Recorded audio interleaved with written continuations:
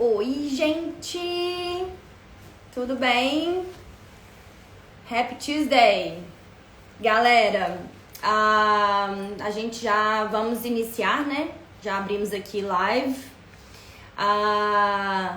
Oi, Letícia, Giovana, adoro. Gente, já envia aí para os amigos, tá? Para quem vocês acharem que seja relevante esse conteúdo. Hugo, Sabrina. Tá, eu já abri aqui a live só pra, né, vocês irem entrando, a galera ir entrando. Eu vou esperar um pouquinho mais pra eu falar o que a gente vai trazer aqui hoje na live. Só queria que a galera que já tá aí, Kylie, Rafael, Rafa, Bia, só se vocês puderem me dar um ok, assim, se vocês estão me ouvindo bem, se a internet tá legal, se tá chegando legal pra vocês aí. Quem puder, só deixar no comentário que tá dando pra ouvir, que a internet tá legal, tá funcionando bem. Aline, oiê! Tá funcionando, tá funcionando. Tá. Gente, então, vamos começar, né? Tá ótimo, beleza, obrigada. O que a gente vai trazer aqui hoje na live? Eu tô com uma colinha aqui, até porque a gente tem várias perguntas, mas a intenção dessa live é falar para vocês qual é o momento ideal, necessário, quando vocês devem começar a se preparar para falar com o agente de imigração, né? E como se preparar para ter o melhor dessa consulta, para absorver e ter o melhor da consulta. E também open questions. Então a gente deixou uma caixinha aqui no Instagram da Information Planet com perguntas relacionadas à questão migratória, em relação aos vistos, as mudanças que a gente tem visto aí para o visto de estudante, perguntas sobre o Covid Visa, perguntas sobre caminhos migratórios, né, que aí envolve outros vistos, sponsor, skill, graduate visa. Então, basicamente, a live é sobre isso. Vocês podem deixar as perguntas de vocês aqui, todas as dúvidas, porque a intenção da live mesmo é vir aqui para dividir informação, dividir com vocês informação e trazer as novidades aí que a gente tá vendo em relação ao mercado do intercâmbio e imigração também, tá? Vou chamar então a Juliana da Seven Migration. Ela vai estar comigo aqui nessa live para trazer todas os pontos dela. Antes de eu iniciar com a Ju, eu acho que eu vou me apresentar aqui de uma vez, vou falar um pouco quem é a Information Planet e quem é a Ana Cláudia, que sou eu. Bom, a Information Planet é uma agência especializada, uma agência de intercâmbio, né, especializada em ajudar, em facilitar os processos para os international students.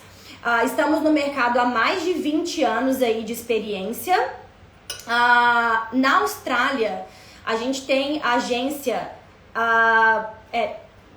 aberta, né? Não online, mas aberta em todas as principais cidades. Então, a gente está em Sydney, ainda em Sydney, mais no lado do norte, ali nas Northern Beaches, em Manly, em Perth, Adelaide, Gold Coast, Melbourne e Brisbane.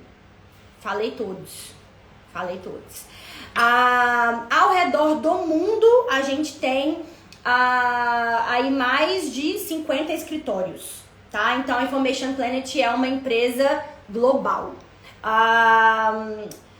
Eu, Ana Cláudia, para quem não me conhece, prazer, sou Education Planner e eu fico aqui no escritório de Sydney, na City, né? Aqui na Kent Street, tá? Então, sejam bem-vindos, muito obrigada por vocês estarem aqui com a gente nessa live e mandem aqui as suas dúvidas, beleza? Eu vou chamar a Juliana agora e aí a Juliana também vai se apresentar.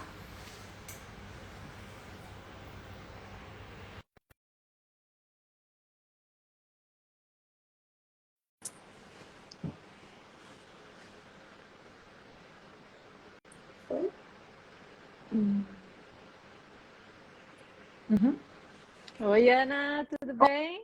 Oi, Ju, tudo bem? Tudo jóia? Então, tá bom.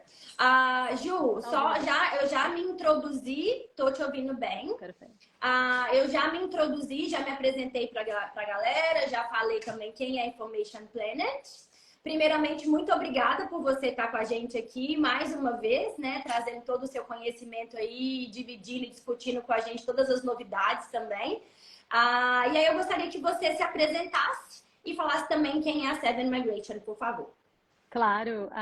Obrigada a vocês, né, pela oportunidade sempre. Já na última vez eu já falei, eu já não ando fazendo tantas lives, né? Então nem todo mundo aí me conhece, principalmente o povo que está chegando. Antes eu fazia bastante. Mas, como você falou, meu nome é Juliana, eu me juntei ao time da Seven em 2019. Eu estou trabalhando aí com imigração, venho trabalhando com imigração desde 2007. Inicialmente eu fazia. Ahn, eu acho que travou. Deixa eu ver aqui, gente.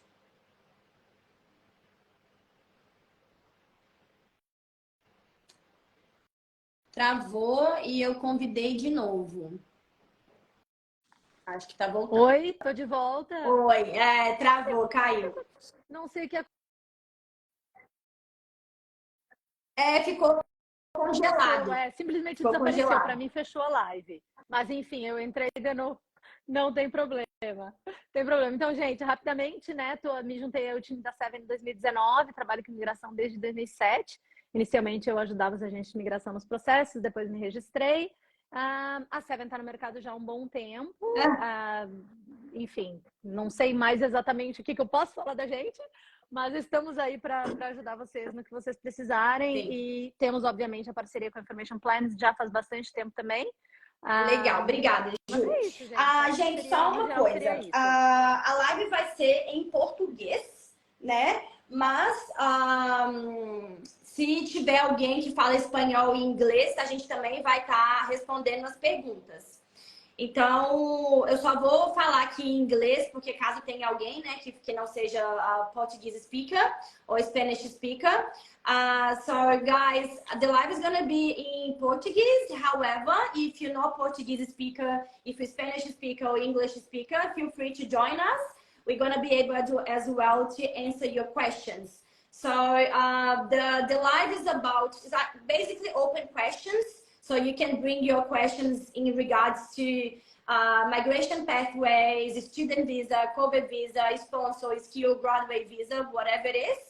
And how you should get ready in order to have the best consultation with your agent. So basically, we're gonna talk about these two subjects. So please, if you Spanish speaker or English speaker, feel free as well to be with us.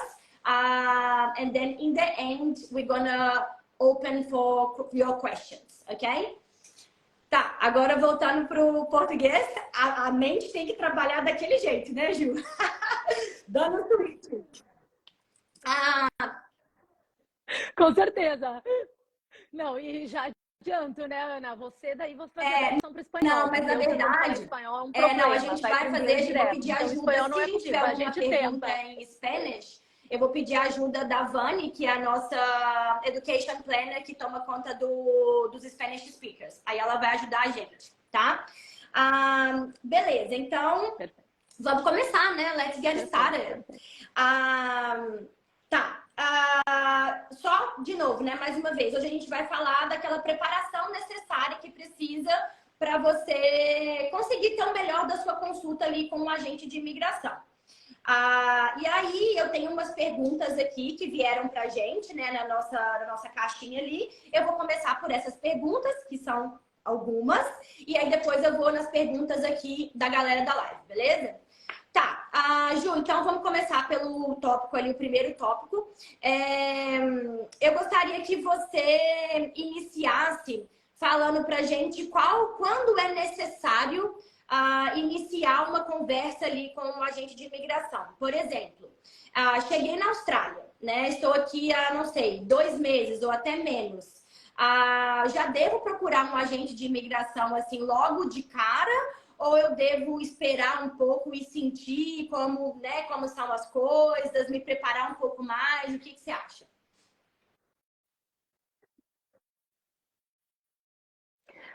Eu acho que tudo depende do perfil do profissional e também o quanto de informação que esse profissional, né, que esse estudante teve antes de chegar na Austrália. A gente acompanhou aí esse período de pandemia, teve muita gente que fez a lição de casa, né, estudou bastante sobre os programas de imigração e chegou na Austrália já bem entendidos aí do assunto e, portanto, essas pessoas, claro, estão mais prontas para essa consulta com o agente de imigração já na sua chegada. Mas eu diria que não tem um tempo específico em termos de chegada e consulta com a agente de imigração. E sim, claro, questões tais quais: meu visto está vencendo? Quero já fazer um plano de imigração a partir dessa minha renovação? Ou meu visto tem 1 ano de duração e eu só vou falar da minha renovação daqui a 1 ano. Como é que está o meu nível de inglês? Eu tenho a pretensão de estudar um curso X, que o meu inglês comportaria esse estudo, ou eu vou precisar fazer mais um tempo de inglês? Outras informações tais quais, tenho uma formação, né? Me formei no Brasil, não me formei no Brasil, tenho tempo de experiência, não tenho. Então, é muito a ver com, tem muita relação com o perfil do profissional e o quanto ele, né, o quanto ele entende do assunto no momento em que ele marca a consulta.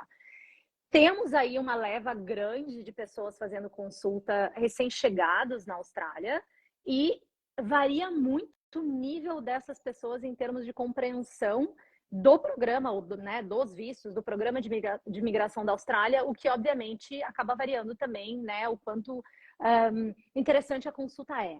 Fazer uma consulta com um agente de imigração sem saber o mínimo, o que é um Skilled Visa, o que é um Sponsored Visa, o que é uma lista de ocupações em demanda, com inglês muito básico e ainda precisando fazer um curso de inglês por pelo menos 6 meses, 1 ano, acho que é perda de tempo. Tá? Eu acho que as pessoas acabam ficando um pouquinho mais confusas do que a consulta ajuda esses profissionais. Porque, primeiro, não vai haver uma renovação e estudos que não em inglês por um bom tempo. Segundo, porque a gente não consegue entrar tanto na parte estratégica da consulta, porque a gente acaba tendo que ficar investindo tempo explicando achei o que ótimo, cada assim, risco é. porque é exatamente isso. Eu acho que se a pessoa já tem uma noção e ela sabe pelo menos o básico ali, ou como entende o sistema de imigrar para a Austrália, perfeito. Mas se a pessoa não tem essa ideia, por isso que eu falo, às vezes é legal também conversar com a gente primeiro, né? Exemplo, comigo, para eu talvez dar uma introdução, explicar, dar um overview. E essa pessoa vai, querendo ou não, estar mais preparada, entendendo o que é um Graduate Visa, o que é um sponsor, o que é um skill, como que é a lista de profissões, onde eu encontro essa lista. Então, assim, entender ali o geral e essa pessoa definitivamente vai aproveitar muito mais da consulta. Legal. Temos muitos clientes que chegam aqui na Austrália para estudar inglês, que eu acho que principalmente do público brasileiro, né? Isso é muito comum. Você aconselha esses clientes a chegar em um nível intermediário de inglês para assim marcar a consulta com vocês ou não faz diferença?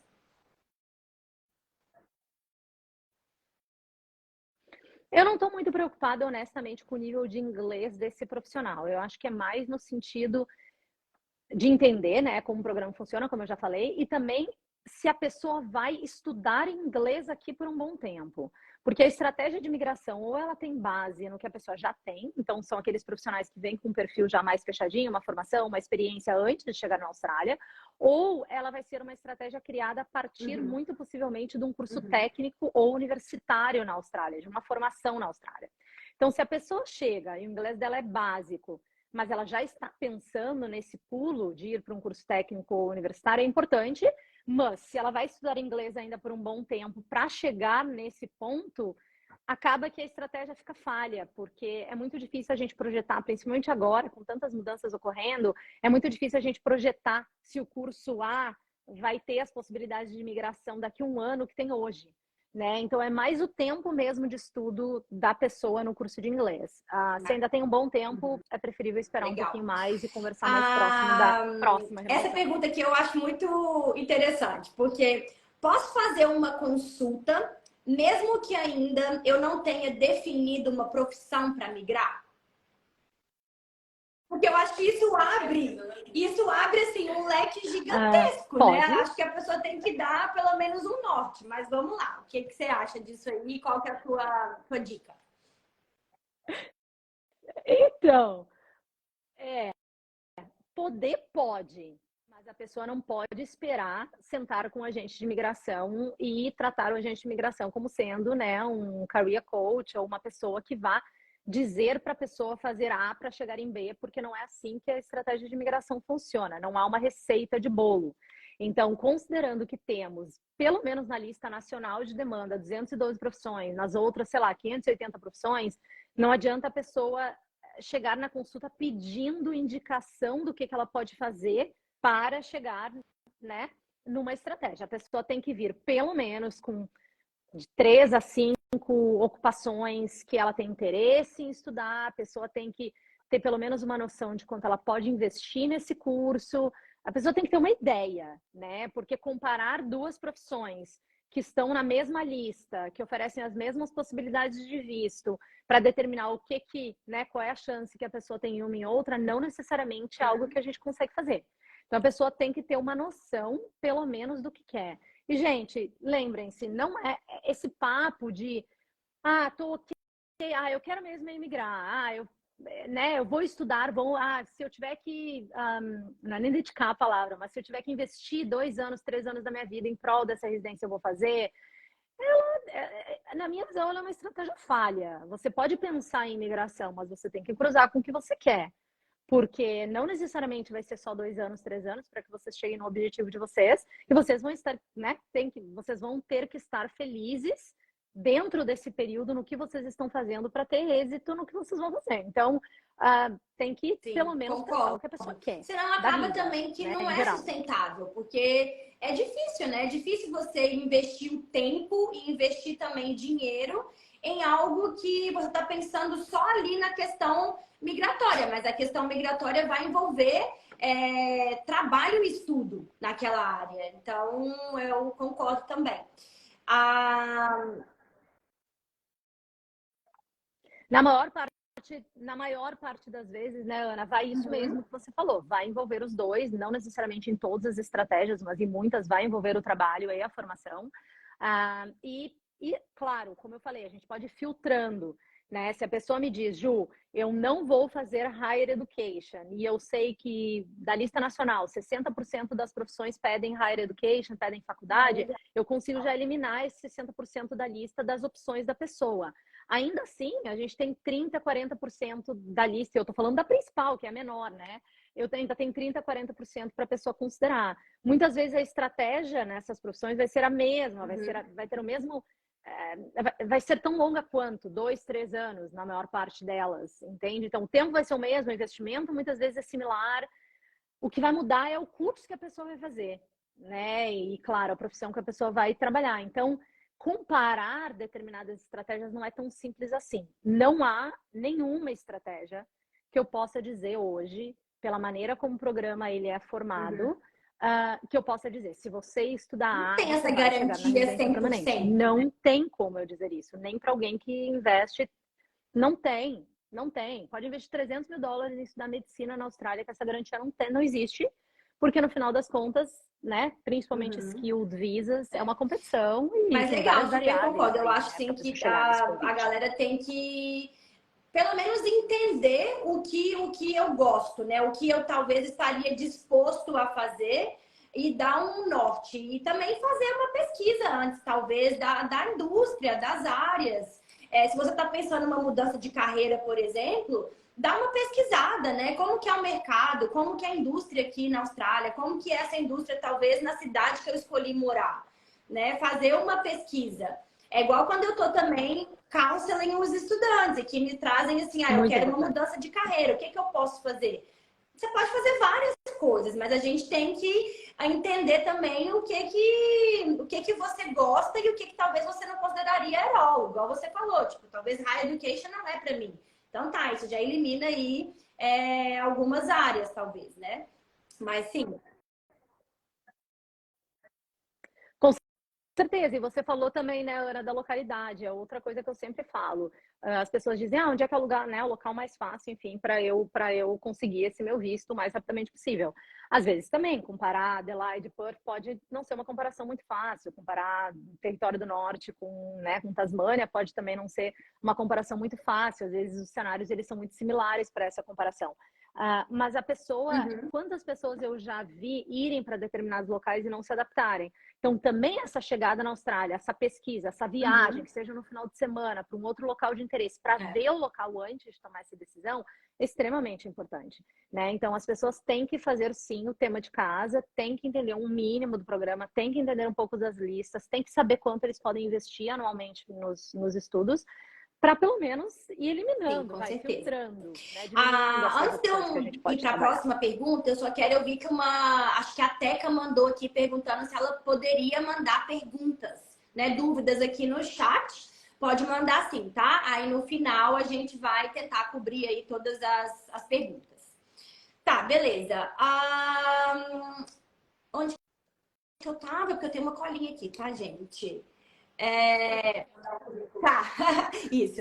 Ah, Eu tô por com que a colinha é também. importante mandar o currículo atualizado antes da consulta? E o que devo colocar no currículo? Por exemplo, coloco a minha experiência só da Austrália ou do Brasil? Coloco tudo? Por que é importante?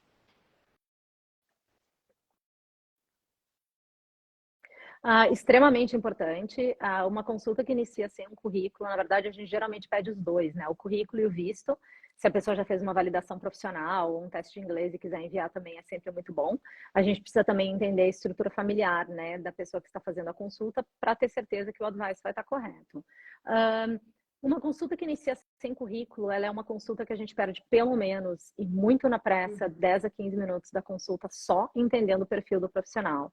Não importa se o profissional tem uma carreira e não quer seguir aquela carreira, ou acha que aquilo não é interessante, acha que não é importante, quer trocar completamente, não importa. As informações desse profissional são de extrema relevância, que seja às vezes na pontuação, mesmo numa nova carreira.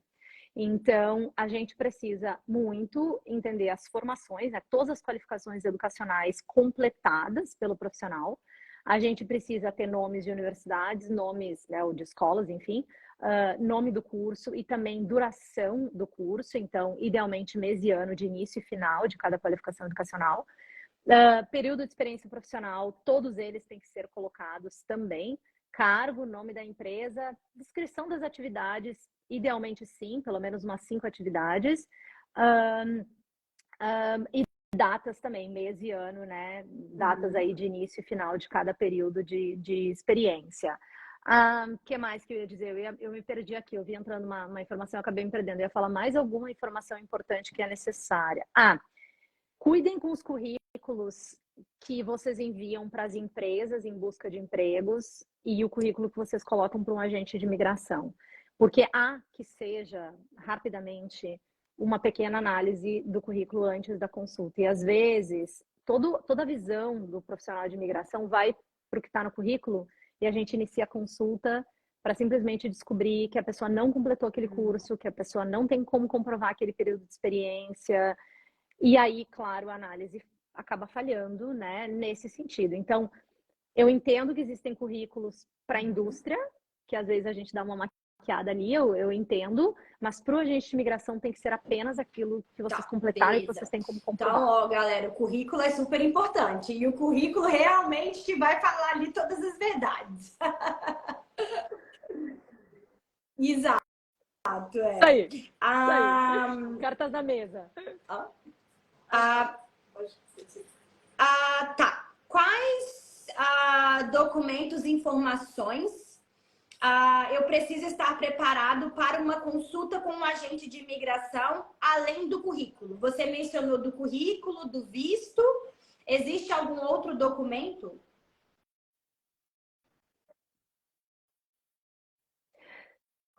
A não ser que a pessoa tenha feito, né, o processo de validação profissional, a prova de inglês, e aí quer adicionar, eu diria que esses são os documentos principais, desde que o currículo esteja atualizado e tenham essas informações que eu mencionei. O currículo e o visto são os dois principais, mas, claro, de novo, se fez a validação profissional, skills assessment, Beleza. ou tem uma prova de Tá. inglês e quiser enviar também é A bom. próxima pergunta, eu acho que a gente comentou dela já, que é o seguinte: o agente vai pensar em uma profissão para mim ou já tenho que ir com uma referência em mente? Eu acho que a gente falou disso, né, anteriormente, que é aquela coisa de, né, pesquisar antes.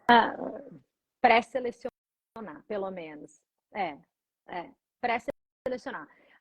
Existem, sim, claro, muitas consultas onde as pessoas estão completamente perdidas em relação ao que querem, e é como eu mencionei, a gente acaba indo filtrando pelas opções que a pessoa potencialmente tem, o que ela pode investir, quanto tempo ela quer estudar, o que ela está disposta a estudar, e assim vai.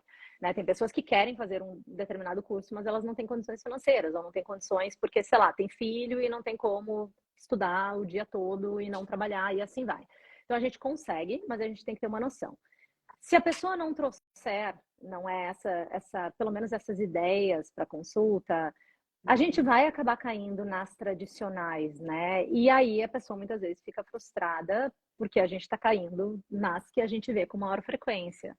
Então, é muito importante essa análise das listas. É extremamente importante que a pessoa analise as listas antes de vir para a consulta e selecione pelo menos 5 profissões. Eu ia comentar isso que você acabou de falar, porque eu acho que se a galera não vai, se o profissional não vai com já as profissões que ele tem em mente ou as indústrias, né, que ele gostaria de atuar, acaba que o agente de imigração vai direcionar naquelas profissões talvez que estejam em demanda, assim, em alta, talvez, né? Não em demanda, mas em alta.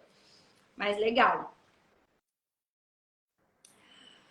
Só pausa, pergunta se tá com delay, porque as meninas estão falando que tá com delay. Né? Gente, só um minuto que eu tenho a produção aqui por trás, entendeu? A produção tá me ajudando aqui. E aí, aparentemente, tá com um delay. E aí, eu não sei se eu tô entrando no meio das falas da Juliana. Se vocês puderem falar aqui, se tá chegando para vocês aí com atrasado, aí parece que eu tô te cortando, Ju.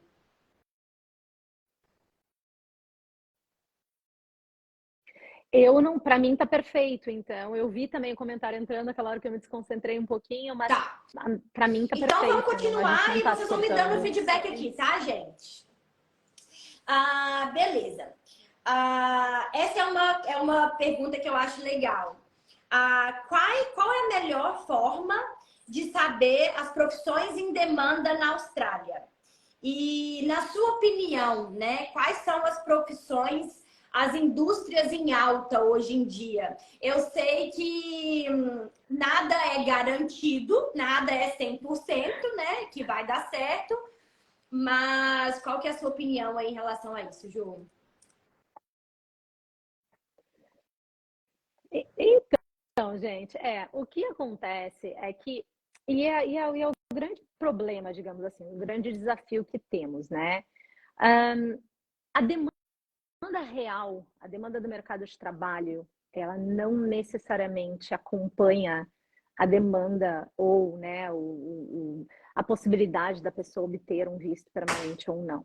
Né? Existem muitas áreas em alta demanda com pouquíssima chance da pessoa conseguir uma estratégia para imigração permanente.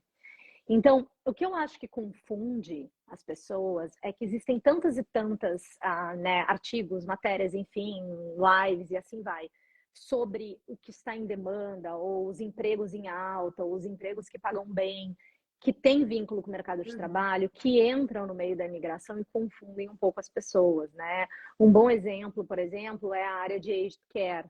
Né? Até então, até o início desse ano, as opções de visto para essa profissão eram extremamente limitadas. E a verdade é que continuam limitadas. Né? Agora a gente tem uma possibilidade de visto um pouquinho melhor. Mas ela é uma demanda real de mercado que não acompanha, não é uma profissão que vai dar várias possibilidades de migração, várias possibilidades de visto para esses profissionais. Então, isso confunde bastante, tá?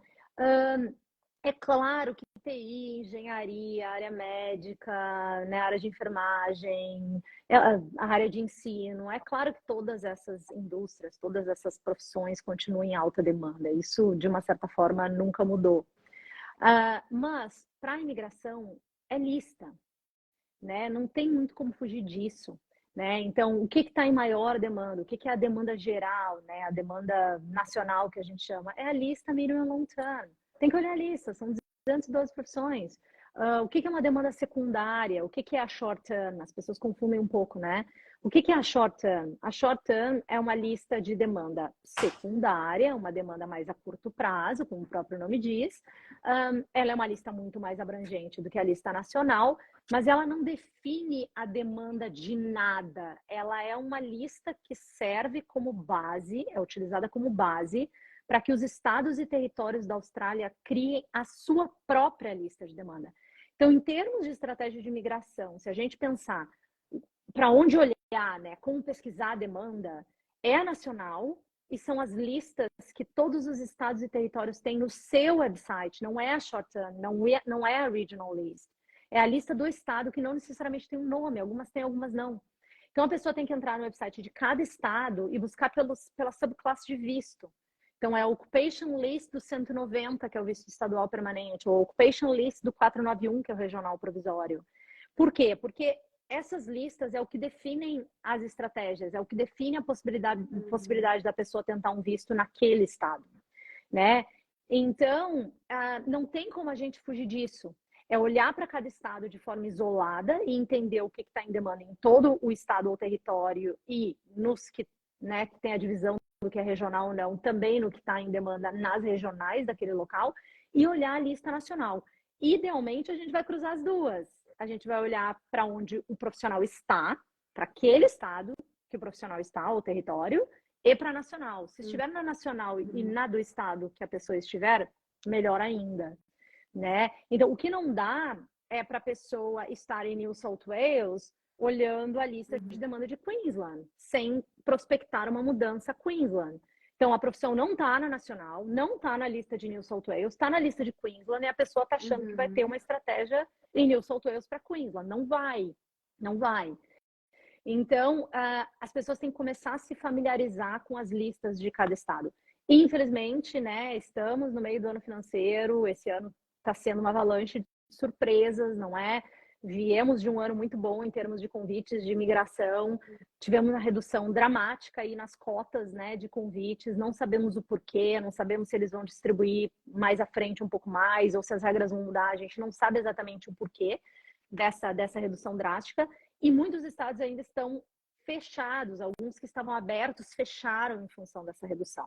Então, hoje, né, 5 de setembro é um pouco difícil definir todas essas demandas em cada estado, mas eu acredito que dentro de um mês teremos todas as listas e aí vai ser né, possível fazer essa verificação.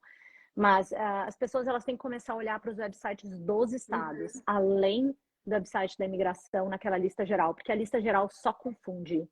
A pessoa coloca lá uma profissão que está na short term e aparece o visto 190 como sendo uma possibilidade.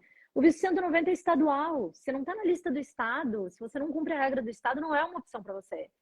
Então, essa lista do Departamento de Imigração, ela confunde muito. O maior desafio que a gente tem hoje é explicar essa questão da lista. E uma coisa que eu achei muito interessante que você falou é no mercado, por exemplo, do Aged Care, porque a gente está vendo um boom, assim, né? Da galera querendo aí se qualificar, Aged Care. E realmente eu acho que existe sim uma demanda muito grande para o mercado, né? De profissionais, está em falta. Mas não necessariamente não quer dizer porque está em demanda, porque o mercado está com uma falta, que consequentemente você vai ter várias opções para migrar, né? Várias opções de visto. Então, muito interessante isso. Perfeito. A opção é sponsor, né? Então, o que mudou é que antes as pessoas tinham que ir para determinadas regiões mais, né, remotas, enfim, da Austrália, né, procurando um sponsor através do que a gente chama de labor agreement. Muitas vezes a gente, né, falava em damas, ou mesmo alguns labor agreements são contratos de trabalho entre regiões ou entre empresas com o governo. E hoje houve a criação de eu gosto de chamar ele contrato de força-tarefa para essa profissão, que ele é um contrato da indústria específica, que ele está disponível em todas as localidades da Austrália, desde que a pessoa tenha um sponsor, uma empresa que qualifique, que cumpra todos os requerimentos para fazer uso, ter acesso a esse contrato. Então, a opção de visto, ela continua sendo uma opção de visto, né? Um sponsor, né? E as pessoas, por terem lido que para bater os requerimentos para esse sponsor, do ponto de vista delas, é fácil, 1 ano de experiência, um certificado 3, elas se motivam a seguir por esse caminho. Mas sem uma empresa por trás, não existe esse caminho, porque é um sponsor. Então as pessoas... Mas, de novo, isso não é... É claro que é um assunto extremamente específico que faz parte da minha consulta, por exemplo, eu explicar como funciona. Não espero que as pessoas entendam essa parte do processo, porque ele é muito peculiar. Mas, pelo menos, o básico de saber que é uma profissão que não está na lista de demanda nacional, não está na lista de demanda secundária, não está. É uma profissão que não está em alta demanda para a imigração. Obrigada. Gostei, porque eu achei muito legal essa comparação. Até mesmo para na hora que a gente está ali conversando com a galera, né? Com os estudantes. A gente tem que entender isso. Não quer dizer que só porque o mercado está precisando que realmente você vai ter caminhos muito claros para imigrar e várias oportunidades. Por isso que é importante também estar sempre em conjunto com os agentes de imigração, né? Para dar esse respaldo. Próxima, a gente já foi nessa aqui. Tenho dúvidas sobre o melhor curso para estudar, para migrar de acordo com a minha experiência profissional. Uma consulta com a Seven me ajudará a tomar uma decisão?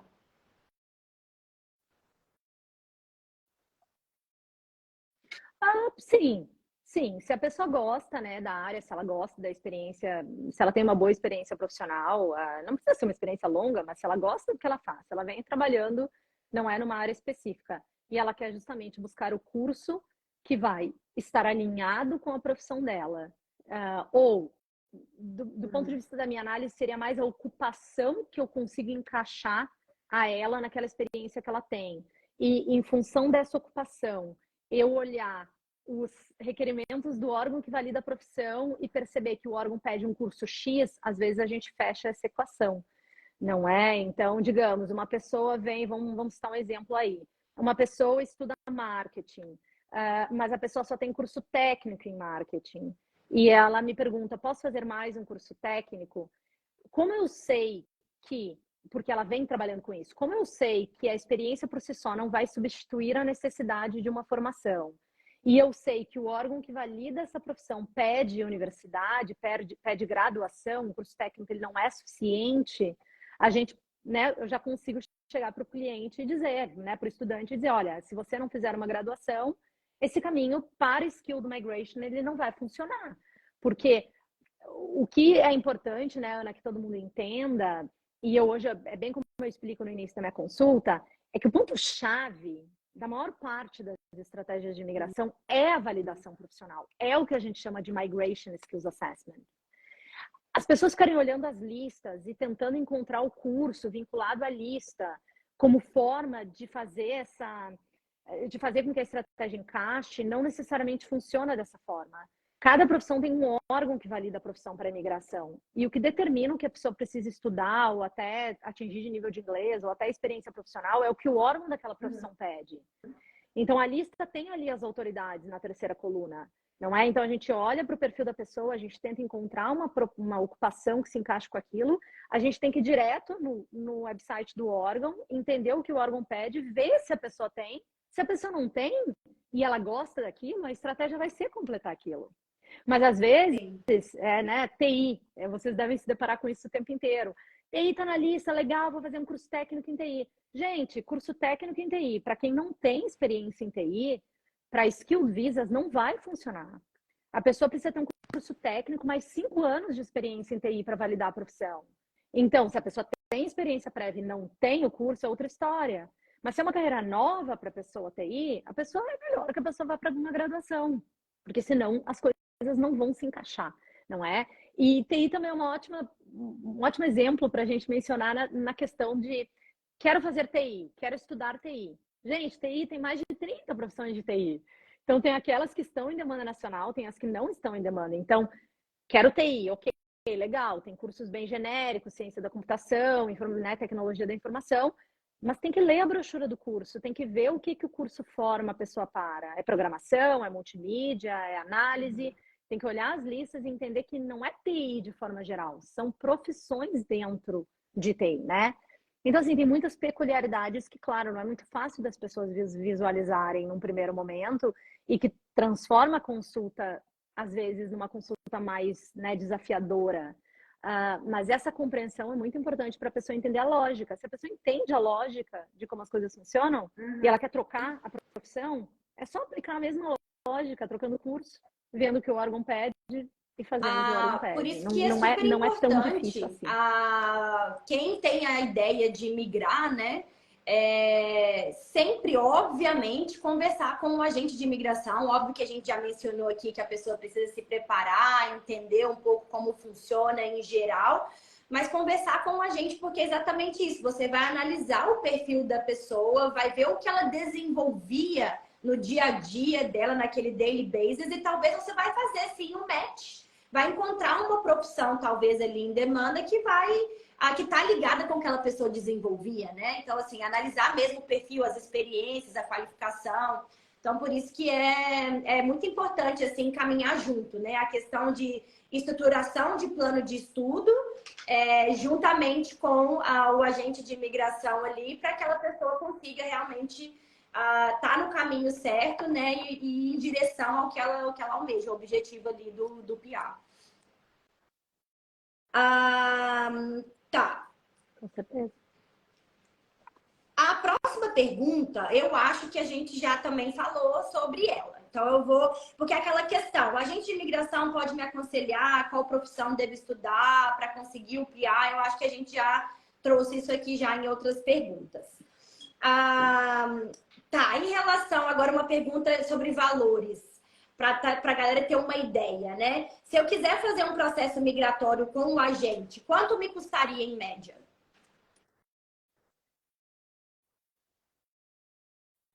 Gente, é difícil. Eu vi essa pergunta, né, no relatório que a gente deu uma olhada antes. É uma pergunta difícil, porque cada processo de visto tem o próprio custo, né? Trai o próprio custo. Um visto de sponsor, ele tem um custo X. Um Skilled Visa nacional é um custo Y. O Skilled Visa estadual é um custo Z. Então, os custos, eles não são os mesmos, tá? Eu arriscaria dizer que, colocando muito por alto, um processo de validação profissional mais caro, de um processo de Skilled Visa mais caro, pode vir a chegar a $20 mil, tudo, né? Eu estou incluindo aí as taxas do profissional e as taxas da imigração. É ruim e bom, né? O ruim do Skilled Visa, da maneira que ele foi construído, desse programa, da maneira que ele foi construído, é que a pessoa acaba tendo que investir nas etapas iniciais e ultrapassar as etapas iniciais para poder competir por um convite. Então, às vezes eu entendo que é difícil a pessoa se tocar num processo de validação profissional, sem saber se ela vai ter inglês, sem saber se a profissão vai estar em demanda em algum local, mas ela não avança se ela não fizer, se ela não cumprir aquelas etapas iniciais.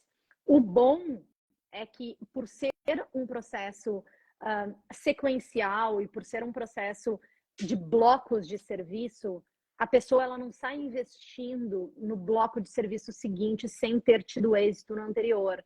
Né? Então, por exemplo, um Skilled Visa, quais são, né, como é que funciona a divisão? Validação profissional, a prova de inglês é inerente, vai ser antes ou depois, não importa, mas validação profissional, que aí o agente de imigração pode ajudar, às vezes a pessoa faz sozinho. Segunda etapa, expressão de interesse, né, a EOI, Expression of Interest. Se for um visto skill nacional, não tem outra etapa que não esperar por um convite e aí seguir com visto. Se tivermos o Estado no meio do caminho, ainda tem uma etapa intermediária do Estado convidar o profissional e a gente submeter uma documentação com o Estado e aí chegar no visto.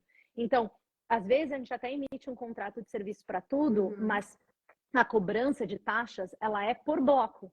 Então, a pessoa não precisa pagar as maiores taxas que é no final do processo sem ter garantia que um convite foi emitido. Né? Então, não tem muito como a gente sair dessa dinâmica. Tem que avançar, tem que pagar o básico, tem que evoluir, tem que ter certeza do que se tem. Mas graças a Deus não precisa pagar um montante numa vez só. Nunca é numa vez só, muito raramente. E se for numa vez só, é porque o profissional está pronto, conseguiu um convite rápido, aí ele vai estar feliz de pagar numa vez só. Legal. Mas o normal não vai. A próxima pergunta aqui é: se eu tiver um processo de reconhecimento de profissão, já estou no processo, né? Eu devo fazer um curso que se relacione com a minha profissão? Ou eu posso fazer alguma coisa totalmente, não sei, aleatória? Porque eu preciso, querendo ou não, ter ali o Substantive Visa para continuar fazendo, né, o processo de reconhecimento.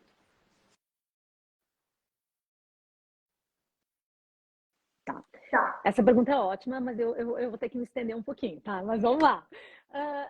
Tem vários pontos a serem considerados numa situação como essa. Mas eu volto porque eu acabei de falar no sentido de validação profissional. Então, o ponto de partida é validação profissional para fins de imigração, tá? Então, esse é sempre um ponto de partida.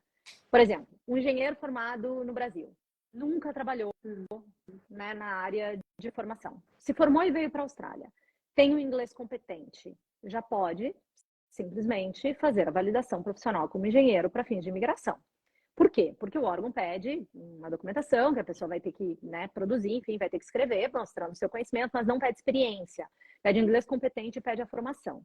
Então, um engenheiro, mesmo recém-formado, ele consegue chegar e validar, tá? Esse é um tipo de cenário.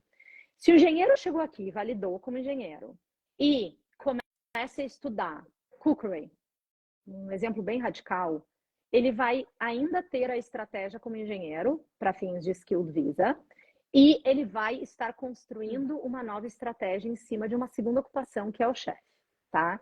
Então, de forma bem geral, essa possibilidade existiria para esse profissional de ter duas opções. Ocorre que a pontuação é extremamente importante nessa competição por convite. Então, no momento em que o profissional não trabalha com engenharia e começa a trabalhar como chefe de cozinha, ele não está pontuando na estratégia de engenharia, ele vai pontuar por experiência na estratégia de chefe. Então, uma das estratégias vai acabar sendo um pouquinho mais abalada do que a outra, em função desse acúmulo de pontuação que vai acabar parando ali para uma e iniciando para outra. Uma outra questão é, se for um visto estadual, se for um visto 190, que é um skilled permanente estadual, ou se for um skilled provisório regional, que dependem de um convite de um estado, os estados, eles criam regras, os estados, eles filtram aqueles profissionais que eles querem. Então, com exceção de alguns que não vale a pena muito entrar no mérito, a maior parte dos estados só vão olhar para quem está no estado ou quem está fora da Austrália. Se você está aqui num estado e quiser outro estado, em princípio, outro estado não vai te olhar. Por quê? Porque esses estados, eles criam regras para diminuir essa competição estadual, uma competição mais local, e é um filtro. Então, Queensland vai lá e diz, eu não nomeei estudante, eu peço experiência full-time, eu peço pontuação de 80 pontos, eu peço inglês proficiente, eu tô falando bem por cima, até porque Queensland não se pronunciou ainda.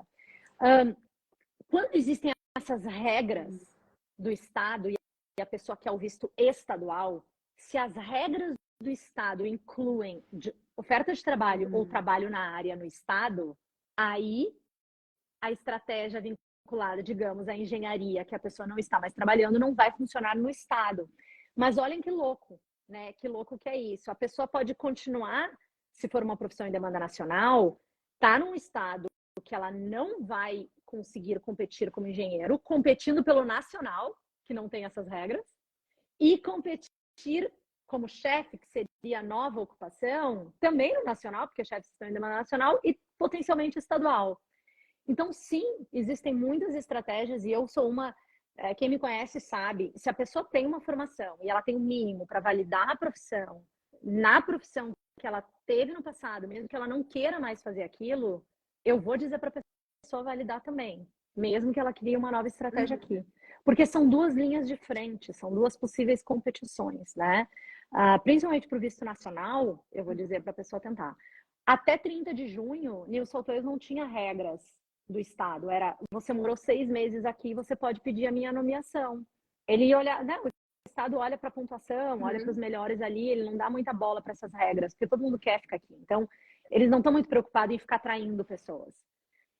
Não tendo essa regra de trabalho, as pessoas, sim, tinha muita gente com uma validação profissional com base apenas no que tinha no exterior, do que tem no exterior, competindo por um visto pelo estado e ainda estudando outra profissão. Maravilhoso isso. Porque, na verdade, a pessoa pode tentar os dois caminhos. Nada impede. Pode. Não. A não ser que a pessoa tenha como requerimento da validação profissional o trabalho na área e ela não tem o trabalho no Brasil, aí ela tem que trabalhar.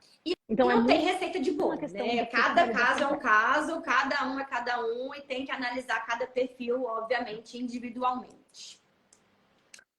Tá. Beleza, agora a gente vou continuar aqui, porque tem algumas outras perguntas. Nós temos o quê, produção? Mais 10 minutos? Então,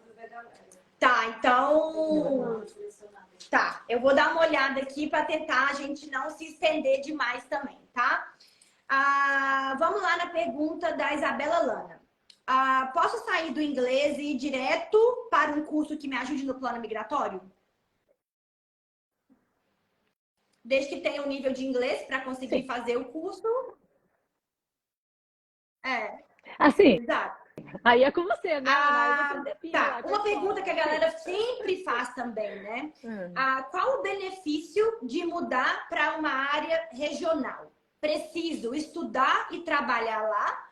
Ou eu posso só estudar ou trabalhar? Qual que é, assim, essa regra, né? Qual que é o benefício de ir para uma área regional? Então, é que tem vários benefícios, né? Então, eu vou tentar explicar de forma bem rápida. Mas são vários benefícios diferentes. Então, morar e estudar 2 anos numa regional, e mesmo assim eu tenho que olhar o curso, porque não são todos os cursos que levam a isso, a pessoa pode ganhar uma pontuação extra de 5 pontos. Então, tem o benefício da pontuação extra se a pessoa estudou e morou na regional do início ao final do curso, dependendo do curso que a pessoa estiver estudando. Esse é um dos benefícios. Outro benefício é fazer higher education, fazer graduação numa regional, tem a possibilidade de uma extensão do visto graduate visa, não é ao final. Então, a pessoa estuda, ela tem o primeiro graduate visa e tem a possibilidade de uma extensão. Hoje tem outras extensões aí, mas tem essa vantagem também. Agora, qual é a principal vantagem? Tá? Se o Estado, para o visto regional, criar uma lista específica apenas para quem se graduou no Estado, a pessoa pode ter esse benefício. Então, por exemplo, WA, né? Western Australia tem uma lista de GOL, né? GO, enfim, que é a Graduate Occupation List. Então, tem algumas profissões que só estão nessa lista. Se a pessoa não se formar em WA, tu entende? Se não for uma graduada em WA, ela não tem possibilidade de pedir a nomeação estadual, porque a profissão dela só está nessa lista. New South Wales, hoje eu não sei como é que vai ser, mas por um tempo eles privilegiavam, eles beneficiavam as pessoas que estavam estudando em regional para o visto regional. Então, é pontuação, tem essa questão da extensão do Graduate Visa e tem a relação com a regra que o Estado cria para o visto regional. Então, tem estados que por exemplo, Queensland, você não tem como competir pelo visto regional em Queensland se você não estiver em regional. Não é nem estudos. No caso de Queensland é trabalho, mas você não tem como competir. New South Wales você tem. Victoria você não tinha no início do ano financeiro anterior e aí no meio do caminho eles passaram a dar essa possibilidade. Então, depende da regra do Estado para filtrar os profissionais e selecionar os profissionais para o visto 190, legal, que é o estadual, e principalmente o regional. Aqui é mais uma pergunta voltada para a questão de risco, visto de estudante. Quanto maior o tempo estudando na Austrália, você considera maior o risco do visto de estudante talvez ter uma negativa? Sim. A não ser que seja uma estratégia muito linear e a pessoa esteja progredindo e aumentando e indo cada vez, né? Obviamente, técnico, mestrado, doutorado, aí é outra história. Mas sim, claro, legal, quanto mais tempo aqui, mais chance de devido às últimas mudanças que a gente tem ouvido aí, né? Em relação também ao visto de estudante, você acha que a imigração vai começar a se atentar mais à questão do estudante ser genuíno ou não? Qual que é a sua opinião assim, em relação a isso? Com certeza. Na verdade, assim, são algumas mudanças que estão por aí, na verdade, muito recente, né? A gente teve esses anúncios aí, eu acho que nessa semana, final de semana passada, mas a gente teve, já há um tempo, eles vêm batendo nessa tecla que eles não querem que estudantes troquem de cursos no meio do visto, né? Então, isso aí eles estão, obviamente, agora reforçando, né? Como é que fala em português? Acho que é assim. Mas, enfim, eles estão, claro, impondo cada vez mais que a pessoa fique naquele curso que ela se predispôs a estudar quando ela aplicou para o visto. E eles estão querendo, né, eles vão trocar, né, o que a gente chama de DTE, que é o critério de genuinidade, de entrada temporária na Austrália para o que eles chamam de Genuine Test, né? Genuine Student Test.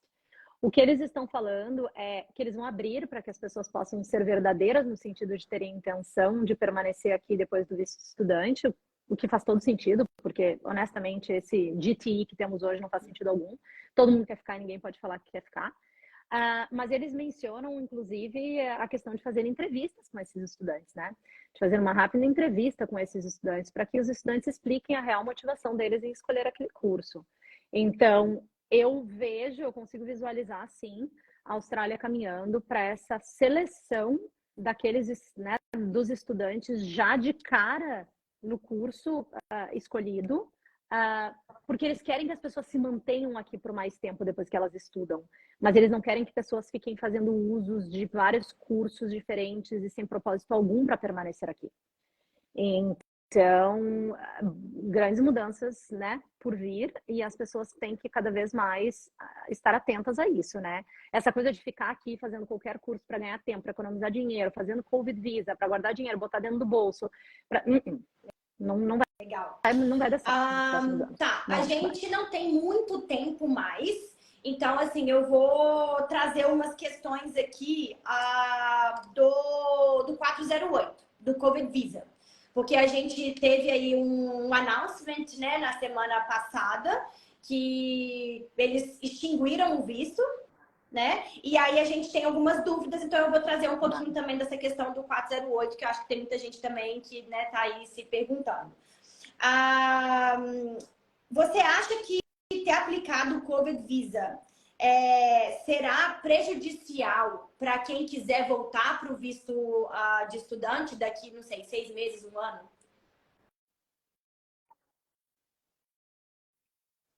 A gente não teve uma amostragem, acho que nem vocês nem nós, né? Uma amostragem suficiente para a gente entender exatamente qual é o mindset da imigração em relação a isso.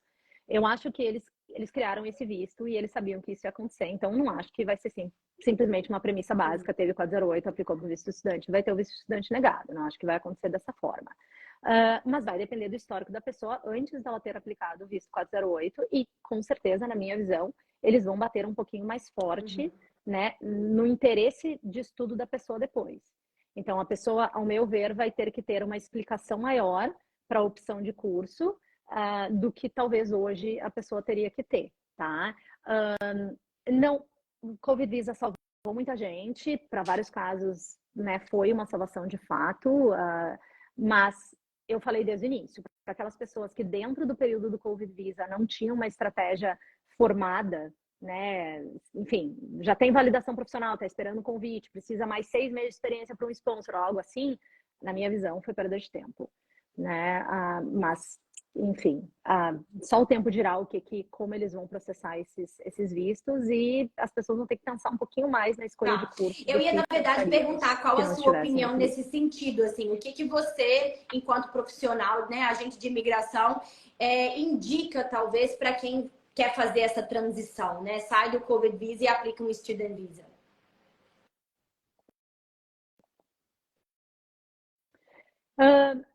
Eu vou ter que olhar todo o histórico da pessoa antes do Covid Visa. Com certeza eu vou ter que olhar. Então, uma pessoa que está na Austrália há 6 anos, aplica o Covid Visa e depois quer voltar para o visto estudante, a minha sugestão vai ser Higher Education, vai ser graduação, enfim, se a pessoa não tem, ou mestrado, no caso, se ela já tiver uma graduação.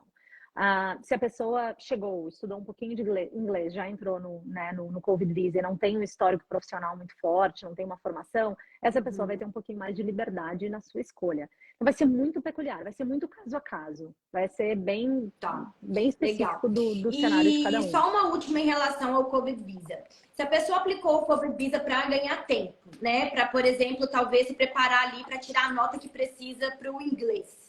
E aí, ou talvez ganhar experiência. Porque o plano dela, depois do Covid Visa, seria aplicar um sponsor ou talvez um Graduate Visa. Você acha que quais são as chances, né, dela conseguir esse visto, o visto futuro?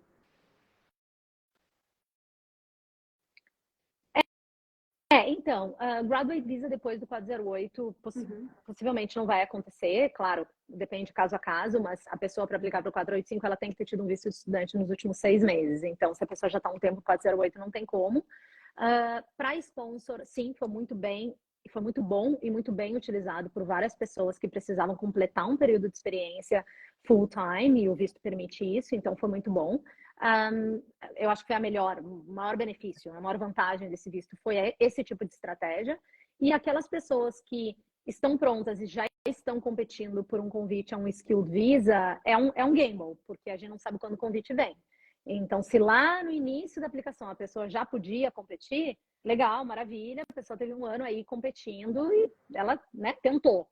Mas não adianta ter o Covid Visa para no último mês do Covid Visa começar o processo de validação profissional e não dá tempo para nada. A pessoa vai ter que voltar para o visto estudante. Então, assim, eu não acho que todas as pessoas fizeram bom uso desse visto, não. Principalmente o fato do visto permitir que a pessoa estude. Muita gente não estudou, muitas pessoas não melhoraram seu inglês. Então, né, infelizmente, muita gente olhou para esse visto, não, eu vou poupar dinheiro para depois fazer um curso melhor. E eu não acho que essas pessoas estão, de fato, pensando assim. E acho que muitas dessas não vão honrar com o que colocaram inicialmente. Vão acabar voltando para a VET e só o tempo dirá o que teremos aí de recusas e aprovações. Se Deus quiser, não teremos Bom, muitas recusas. gente, já estamos aqui há 1 hora, né? Então, assim, eu vou tentar ver aqui, responder talvez mais umas 3 perguntas daqui do chat. E aí a gente precisa encerrar. Ana, eu não sei se eu consigo, perfeito. tá? Não, sem porque eu já tô problemas. com consulta. É que, na verdade, Uma. gente, Eu já tenho cliente me esperando. a gente tinha várias perguntas. Quer fazer mais então, uma? Vamos lá assim, rapidinho. foram muitas coisas pra gente trazer. Sabe o que é melhor? Vamos combinar uma outra live, né? Um outro dia pra gente continuar trazendo mais perguntas. Porque, honestamente, a gente recebeu, assim, várias perguntas. E aí, realmente, 1 hora, às vezes, né? Precisa de um pouquinho mais. Então, eu vou fazer o seguinte, que também não queremos, obviamente, atrapalhar, tá, Ju? Gente, não vamos conseguir responder todas as perguntas, mas vamos marcar uma outra live, que aí a gente pega essas perguntas aqui e joga para outra live, tá? Espero que vocês tenham aproveitado bastante aqui o conteúdo, a informação. A intenção é ajudar todo mundo, trazer, né, muita informação mesmo para vocês. Se vocês quiserem marcar uma consulta com a Juliana, com a Seven, Ju, fala aí qual é o melhor meio para te contatar. Claro, as consultas conseguem ser bucadas online mesmo, né? Então o pessoal consegue entrar no website, tem ali a opção Book Now.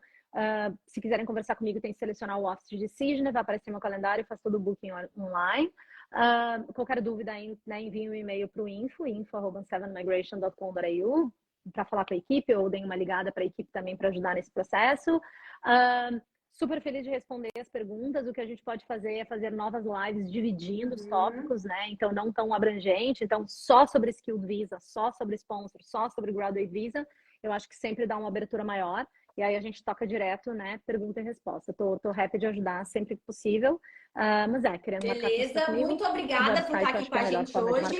Galera, quem precisar, quem tiver aí no momento, né, de planejamento, de extensão do visto, planejamento de estudo, precisar aí fazer um desenho aí, né, para o caminho, vem também, conta com a gente aqui da Information Planet. Estamos aqui todos os dias para receber vocês através de todos os canais. Website, telefone, Instagram, Facebook, vindo aqui no Office.